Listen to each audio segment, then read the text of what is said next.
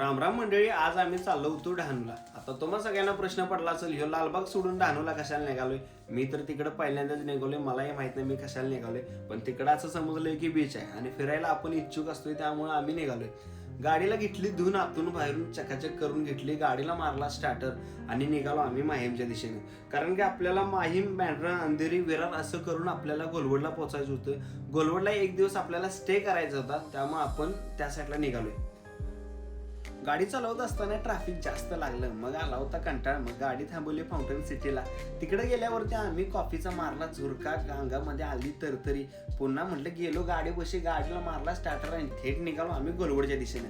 गोलवडला पोचलो. तिकडे एक रेस्टॉरंट होतं इमली म्हणून, आणि इमली खरं सांगतो, इमली जरी नावात जरी खट्टापण असलं की नाही, तरी त्यांच्या ज्या जेवणामध्ये जी टेस्ट होती ना, ती नेक्स्ट लेवल होती.